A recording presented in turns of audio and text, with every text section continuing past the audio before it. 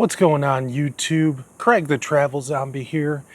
We're back again with another video. I've finally gotten over whatever it was that had me down for the last couple of days, thankfully.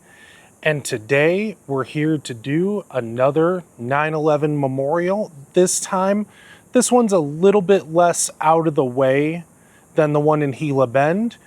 We are here in Gilbert, Arizona, and we're going to talk about some unique stories of some victims and heroes of 9/11, including one from right here in Arizona who was actually not a victim of the attacks themselves, but a victim after the fact. My name is Craig, I am the Travel Zombie, and welcome to Prime Time. To say that the town of Gilbert took seriously its obligation to care for this piece of the North Tower is a massive understatement. It was actually personally spearheaded by town manager Colin DeWitt and fire chief Jim Jobush, who personally escorted this piece of the North Tower all the way from New York to right here in Gilbert, Arizona. Our 9/11 memorial is built around a steel beam from a World Trade Center tower destroyed by terrorists on September 11th, 2001. It was given to the town of Gilbert by the Port Authority of New York and New Jersey on March 25th, 2011. The beam was transported across the United States to Gilbert by the town manager Colin DeWitt and fire chief Jim Jobush to await the construction of its final resting place here in Arizona. This memorial was dedicated on September 11th, 2011 for the 10th anniversary of the terrorist destruction of the World Trade Center towers, Pentagon, Flights 11, 175, 77, the heroically aborted crash of Flight 93, and the almost 3,000 lost lives. The memorial gives all a place to pause, touch, and remember to feel united again and thankful for our fragile liberty.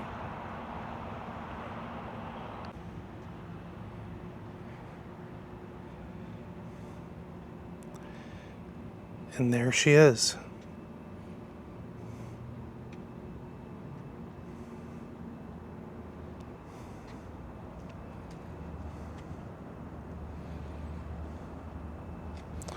You'll notice that the base is shaped like a pentagon, and that's no coincidence.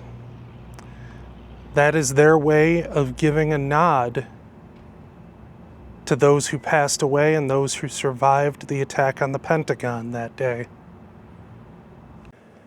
We all know that nearly 3,000 people lost their lives on that terrible day in 2001. But what's not talked about is that the death toll of 9/11 doesn't actually reflect the total human cost of the tragedy. I'm talking about people like Balbir Singh Sodhi, who was a Sikh-American entrepreneur. In 1988, he immigrated to the US from India. He was known by his neighbors as a quiet, gentle man who worked tirelessly to provide for his family and was renowned for his generosity, often giving candy to children who did not have enough money to pay for it. By 2001, he had achieved his dream, owning and operating a Chevron gas station in Mesa, Arizona. While many remember the immediate aftermath of 9/11 being one of American unity, it also fostered anti-immigrant, anti-Muslim sentiment, which resulted in a misguided act of vengeance against Sodhi when he was shot and killed outside of his gas station by a Boeing employee named Frank Roque, simply because Sodhi, with his beard and turban, resembled a Muslim. The chilling irony of Sodhi's murder was that he was in front of his gas station placing American flags as a show of his patriotism when he was murdered. Roque, who called himself a patriot who stands for America, was found guilty of first-degree murder. Sodhi's name is included as a victim on the Arizona State 9/11 Memorial as a victim. A powerful statement about the ripple effects of blind hatred. So it actually got a little bit too hot outside while I was filming earlier, and my camera started to overheat. So we had to go and take a little bit of a break, and we're back here now after dark.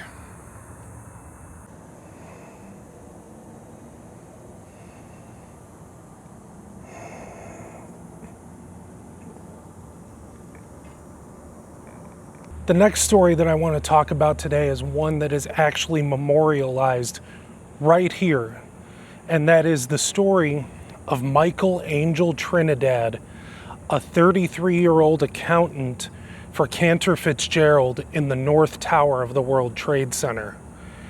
After the first plane hit, which was his building, the North Tower, by the way, he called his ex-wife Monique. Monique was not yet aware of what was happening and asked Michael why he was calling so early. To which Michael responded, "I love you and I love the kids. I am not going to make it out." Michael then asked to speak to her new husband, telling him, "Be my children's father and love them for me." Michael's daughter, Thea Trinidad, was just 10 years old at the time. Today, you might know her, if you're a wrestling fan, as Zelina Vega of the WWE. Before every match, she talks to her guardian angels, including her father, asking them to watch over her and protect her. Thea also has the names of her father and other family members printed on her knee pads. And upon winning the WWE Women's United States Championship, brought the title belt to her father's nameplate at the National 9/11 Memorial in New York City, and dreams to one day do the same with the WWE Women's Championship. The last story that we're going to talk about today is that of Rick Rescorla, who was a British-American soldier and corporate security specialist who served in the U.S. Army during the Vietnam War. By 2001, Rescorla was vice president of security for Morgan Stanley with an office on the 44th floor of the South Tower.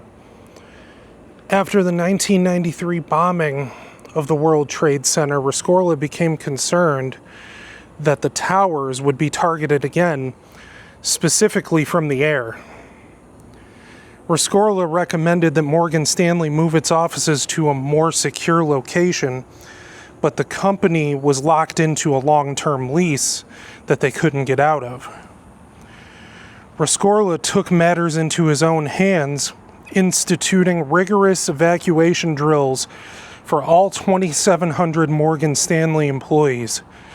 Frustrating employees, but Rescorla had the full support of Morgan Stanley, who understood and respected his expertise. Rescorla was in his office when the first plane struck the North Tower.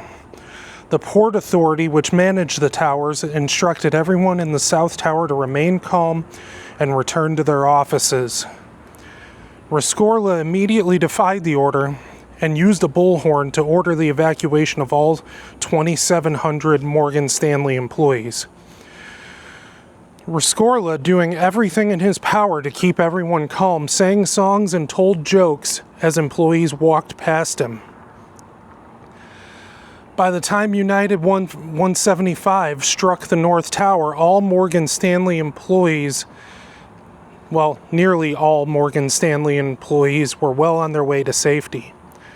After successfully evacuating nearly all Morgan Stanley employees, Rescorla headed back into the South Tower, refusing to leave until he personally confirmed that everyone made it out safe.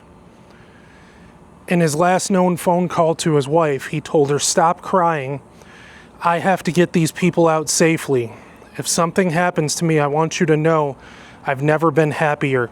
You made my life." Rescorla was last seen on the 10th floor of the South Tower heading up. His body was never found. Stories like the ones that we've talked about here today are exactly why we have to take the time to remember these people, to remember their experiences, to never forget what they go through and what we felt on that day. Because I don't know about any of you, but I personally believe that the more that we know about these horrible tragedies that happened, like 9/11 or the Oklahoma City bombing, the better a job that we can do preventing them from happening again in the future. And the best way that we can do that is by telling these people's stories and making sure that these human beings that are listed on these walls all around me, there are 4 granite walls here to list every 9/11 victim. It is so important that we don't forget any of them, because each one of these names was not just a name. They were a person. They were a father, they were a mother, a brother, a sister, an aunt, an uncle, something. They were someone. They were not just a statistic. They meant something. And their lives meant something. And it's important that we, as survivors, as people who remember the horrors of that day, never forget them. And with that, our time together today has sadly come to an end once again. I know, sad zombie noises as always, right? I agree. But not to worry, I have lots of fun, interesting content planned for you all in the coming months. The weather is starting to cool off here, and getting out and producing content is getting a lot easier now. So, if you want to be part of that, if you want to see what I'm working on, make sure you hit that subscribe button. And while you're at it, hit that like button and that share button too, if you enjoyed this today. And be sure that you, this September 11th, every September 11th going forward, and every day, remember those victims, remember the heroes of that day, and always live with them in your hearts. And with that, I must bid you all adieu and say goodbye and good night.